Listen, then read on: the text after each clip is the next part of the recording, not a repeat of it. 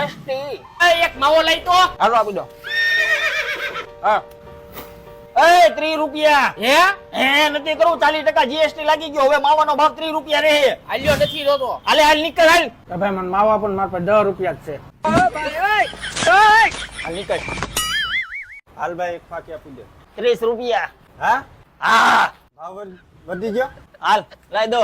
એક રજનીગંધા આપી દો. મુંહ મેં રજનીગંધા કદમો મેં દુનિયા. એક માવો. 30 રૂપિયા થાય હો. એલા ભાઈ બહુ મોંઘવારી વધી ગઈ. મોંઘવારી નથી વધી ગઈ, તું ગરીબ થાતો જાસ. આ એલા લાય માવો. કા હું થયું? ઓલા પણ તો 35 લેશે. હાલે.